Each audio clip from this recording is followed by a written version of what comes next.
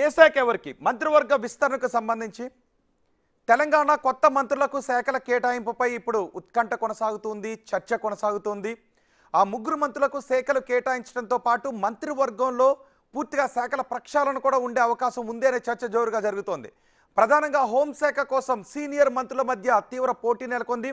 ప్రస్తుతం హోంశాఖ ముఖ్యమంత్రి రేవంత్ రెడ్డి దగ్గరే ఉంది.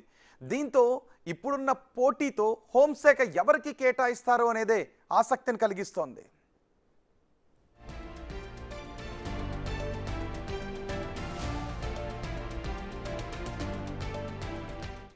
ఇప్పటికే ముఖ్యమంత్రి రేవంత్ రెడ్డి ఏఐసీసీ అధ్యక్షుడు మల్లికార్జున ఖర్గేను, రాహుల్ గాంధీని కూడా కలిశారు.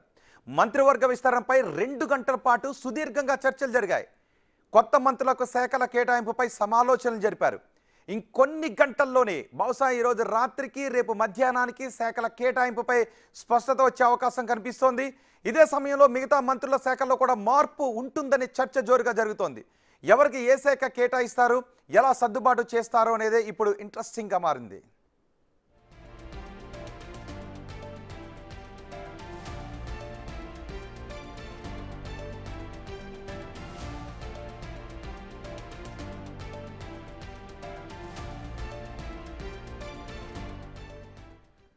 మరోవైపు మంత్రి ఉత్తమ్ కుమార్ రెడ్డి కూడా ఢిల్లీ నుంచి హైకమాండ్ నుంచి పిలుపొచ్చింది. దీంతో ఆయన వెంటనే ఢిల్లీకి బయలుదేరి వెళ్లారు. ఇప్పటికే ముఖ్యమంత్రి రేవంత్ రెడ్డి ఢిల్లీలో ఉన్నారు. అధిష్టానం పిలుపుతో ఉత్తమ్ కూడా ఢిల్లీకి వెళ్లారు. దీంతో రాష్ట్ర కేబినెట్లో కీలక మార్పులు ఉంటాయనే చర్చ జోరుగా జరుగుతోంది. ఇప్పటికే కొందరు మంత్రుల దగ్గర ఒకటి కంటే ఎక్కువ శాఖలు ఉన్నాయి. కొందరు మంత్రుల శాఖల నుంచి కొన్నింటిని తొలగించాలనే యోచనలో హైకమాండ్ ఉన్నట్టుగా తెలుస్తోంది.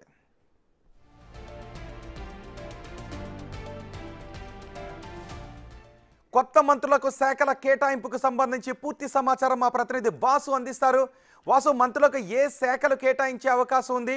ఈసారి హోంశాఖ ఇంకొకరికి ఇచ్చే అవకాశం కూడా ఉందా?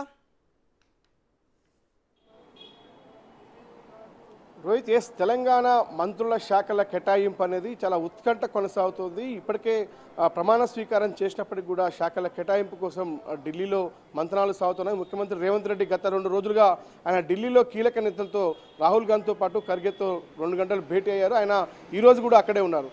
కొద్దిసేపటి క్రితమే ఉత్తమ్ కుమార్ రెడ్డి కూడా ఢిల్లీ బయలుదేరి వెళ్ళారు.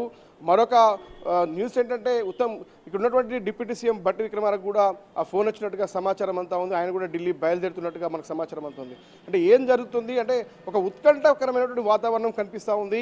ఎవరికి ఏ శాఖలు ఇవ్వాలి అంటే ప్రస్తుతం ఎవరైతే ముగ్గురు మంత్రులు కొత్తగా ప్రమాణ స్వీకారం చేశారో వాళ్ళ శాఖల కేటాయింపే కాకుండా ఉన్నటువంటి క్యాబినెట్ మొత్తంలో ఇప్పటికే 2 కంటే ఎక్కువ అదనంగా ఉన్నటువంటి ఇప్పటికే శాఖలు ఉన్నాయి. చాలామందికి ఏదైతే ఉన్నటువంటి మంత్రులకు సంబంధించి క్యాబినెట్ మొత్తంలో కూడా భారీ మార్పులు ఉండే అవకాశం ఉంది. డిప్యూటీ సీఎం సంబంధించి కావచ్చు, హోంమంత్రికి సంబంధించినటువంటి వ్యవహారం కావచ్చు, కొన్ని కీలక శాఖలు ముఖ్యమంత్రి దగ్గర దాదాపు 9 శాఖల వరకు కూడా సీఎం దగ్గరే ఉన్నటువంటి నేపథ్యంలో కూడా వాటిలో నుంచి కొత్త మంత్రులకు కేటాయిస్తారా, లేదంటే ఉన్నటువంటి సీనియర్ మంత్రుల దగ్గర ఉన్నటువంటి పోర్ట్ఫోలియోలకు సంబంధించి వాటిని తగ్గించి వీళ్ళకి కేటాయిస్తారా అన్న అంశానికి సంబంధించి చూడాల్సింది. ఎందుకంటే హోంశాఖ, ఎడ్యుకేషన్ సంబంధించి కావచ్చు, ఇతర కీలక శాఖలు కూడా మైనింగ్ లాంటి, స్పోర్ట్స్ లాంటి శాఖలు కూడా ముఖ్యమంత్రి దగ్గర ఉన్నటువంటి నేపథ్యంలో వాటిని అంటే ఎడ్యుకేషన్ శాఖకు సంబంధించి కావచ్చు, ఇతర మున్సిపల్కి సంబంధించి కావచ్చు అవి ఇచ్చే అవకాశం లేదని తెలుస్తుంది. కానీ హోంశాఖకు సంబంధించి మరో 3 మంత్రి పదవులు ఖాళీ ఉన్న నేపథ్యంలో మరోసారి విస్తరణ జరిగే అవకాశం ఉంది. కాబట్టి అప్పటిదాకా వాటిని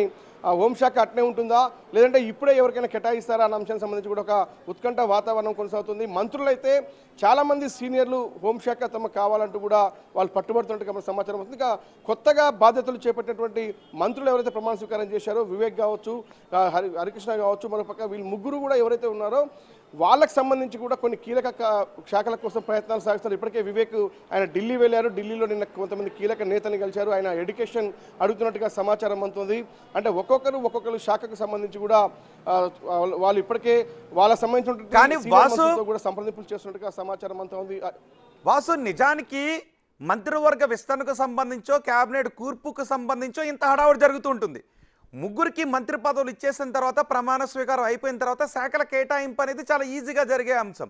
కానీ శాఖల కేటాయింపు దగ్గర ఈ స్థాయిలో లాబింగ్ జరుగుతోంది, ఈ స్థాయిలో హడావుడి జరుగుతోంది అంటే ఎలా చూడాలి దాన్ని? ఇప్పుడు ఏదైతే ఆర్థిక శాఖకు సంబంధించి డిప్యూటీ సీఎం బట్టి విక్రమార్క దగ్గర ఉంది, ఆయన ఆ శాఖను వదులుకోవడానికి సిద్ధంగా ఉన్నట్టుగా సమాచారం అందుతుంది. మరోపక్క సినిమాటోగ్రఫీకి సంబంధించి కోమటిరెడ్డి వెంకటరెడ్డి కూడా ఆ శాఖ గత కొంతకాలంగా తనకు వద్దనే వాదన వినిపిస్తోంది. ఇక ఉత్తమ్ కుమార్ రెడ్డికి సంబంధించి కూడా ఇప్పటికే ఇరిగేషన్తో పాటు మరోపక్క ఆయన దగ్గర ఉన్నటువంటి మరో శాఖకు సంబంధించి కూడా ఆయన వద్దనే అంశానికి సంబంధించి కూడా చెప్తున్నట్టుగా తెలుస్తూ ఉంది. అంటే సివిల్ సప్లైకి సంబంధించి ఆయన వదులుకునేందుకు సిద్ధంగా ఉన్నట్టుగా తెలుస్తుంది.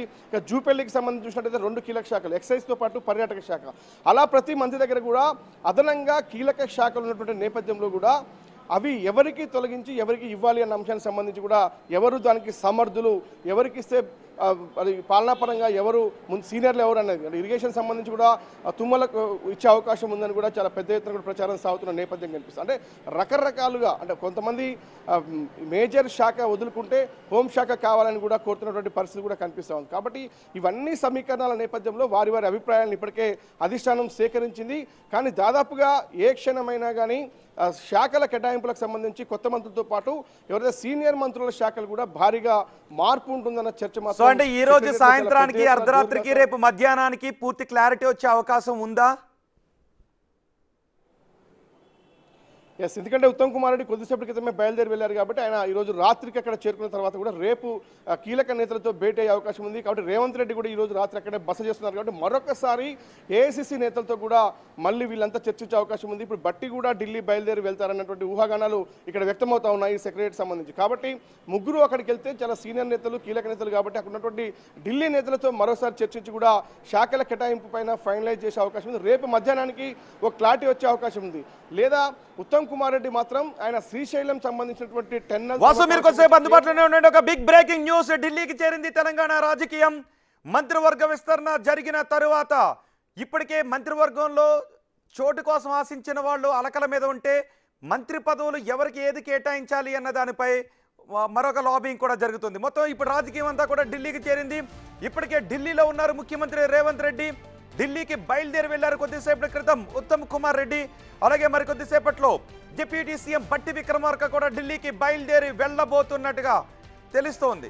మరి కాసేపట్లో ఢిల్లీకి డిప్యూటీ సీఎం బట్టి విక్రమార్క వెళ్లబోతున్నారు. కొత్తగా ప్రమాణం స్వీకారం చేసిన మంత్రులకు ఏ శాఖలు ఇవ్వాలని కేబినెట్ సబ్ కమిటీ సమావేశంలో ఉండగానే బట్టి విక్రమార్కకు హైకమాండ్ నుంచి ఫోన్ వచ్చింది. మరి కొద్దిసేపట్లోనే బట్టి విక్రమార్క ఢిల్లీకి బయలుదేరి వెళ్లబోతున్నట్టుగా తెలుస్తోంది. కొత్త మంత్రులకు శాఖల కేటాయింపు విషయంపై ఢిల్లీలో కసరత్తు జరుగుతోంది. ముఖ్యమంత్రి 2 రోజుల నుంచి ఢిల్లీలోనే ఉన్నారు. ఉత్తమ్ ఢిల్లీకి బయలుదేరి వెళ్లారు. ఇప్పుడు బట్టి వెళ్తున్నారు. పాత మంత్రుల శాఖలో మార్పులు చేర్పులపై కసరత్తు జరుగుతోంది. పాత మంత్రుల దగ్గర నుంచి ఆయా మంత్రిత్వ శాఖలను కొన్నిటిని తొలగించి కొత్త మంత్రులకు ఇస్తారా, వాటిని ఇవ్వడంతో పాటు పాత మంత్రుల శాఖలు కూడా వాటిని షఫుల్ చేస్తారా అనే విషయంపై కూడా ఇప్పుడు చర్చ జరుగుతూ ఉంది. ఎస్, మా ప్రతినిధి వాసు మనకు అందుబాటులోనే ఉన్నారు. వాసు, బట్టి విక్రమార్క కూడా హడావుడిగానే ఇప్పుడు ఢిల్లీకి బయలుదేరి వెళ్తూ ఉన్నారు. సో ఏం జరగబోతుంది అంటే ఈ అర్ధరాత్రికే ఒక క్లారిటీ వచ్చే అవకాశం కనిపిస్తూ ఉందా? బట్టి విక్రమార్కను కూడా ఢిల్లీకి పిలిచారు అంటే ఎలా చూడాలి?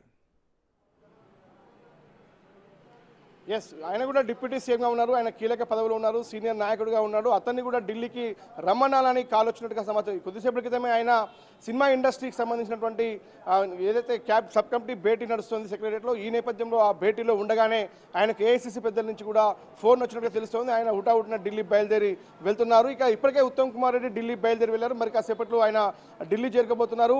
అక్కడ రేవంత్ రెడ్డితో కలిసి వీళ్ళు ఏదైతే ఏఐసిసి నేతలతో భేటీ అవుతారా, ఎందుకంటే ఈ రోజు రాత్రికి వాళ్ళు ఢిల్లీ అర్ధరాత్రి వరకు కూడా ఢిల్లీ చేరుకున్న తర్వాత కూడా రేపు భేటీ అయ్యే అవకాశం ఉంది. రేపు ఉదయం భేటీ తర్వాత ఒక కీలక నిర్ణయానికి వచ్చే అవకాశం ఉంది. ఇక ప్రధానంగా వచ్చినటువంటి ముగ్గురు మంత్రులకు సంబంధించినటువంటి ఏదైతే వాళ్ళ శాఖల కేటాయింపుతో పాటు ఎవరైతే ఆశావాహులకు సంబంధించి ఇప్పటిదాకా మంత్రి పదవి రాలేదో వాళ్ళంతా కూడా అలిగినటువంటి పరిస్థితి కనిపిస్తుంది. వాళ్ళందరినీ బుజ్జగించే ప్రయత్నాలు కూడా ఇప్పటికే అధిష్టానం చేసింది.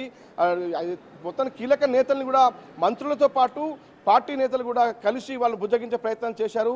కానీ వాళ్లకు సంబంధించి వాళ్ళకి ఏ విధంగా న్యాయం చేయాలి, వాళ్ళ డిమాండ్లకు సంబంధించి ఏ విధంగా పరిష్కారం చేయాలి అంటే ఖచ్చితంగా ఇక్కడ వర్కింగ్ ప్రెసిడెంట్లతో పాటు చీఫ్ విప్ పదవులతో పాటు కొన్ని కీలక పోస్టులు కూడా ఉన్నాయి. క్యాబినెట్ ర్యాంకుకు సమానంగా ఉండే విధంగా ఏదైతే పోస్టులు ఉన్నాయో వాళ్ళను ఏ విధంగా బుజ్జగించాలి, లేదా మరోసారి అవకాశం కల్పించే అంశానికి సంబంధించి ఆ శాఖలు కూడా ఆపాలి. కాబట్టి వాళ్ళకి ఏ శాఖలు కేటాయించాలి అంటే పూర్తి స్థాయిలో కూడా ఎవరికి ఎలాంటి ఇబ్బంది లేకుండా ఈ కొత్త మంత్రులకు ఏదైతే శాఖల కేటాయింపుతో పాటు ఉన్నటువంటి సీనియర్ మంత్రుల దగ్గర ఉన్నటువంటి అదనంగా ఉన్నటువంటి శాఖలను కూడా అడ్జస్ట్మెంట్ చేసే అంశానికి సంబంధించి చాలా పెద్ద ఎత్తున కూడా ఢిల్లీలో ఈ భేటీలు జరుగుతున్నాయి. కాబట్టి కీలక నేతలందరికీ ఫోన్ కాల్స్ వస్తూ ఉన్నాయి. రేపు మధ్యాహ్నానికి అయితే ఒక క్లారిటీ వచ్చే అవకాశం అయితే కనిపిస్తా ఉంది.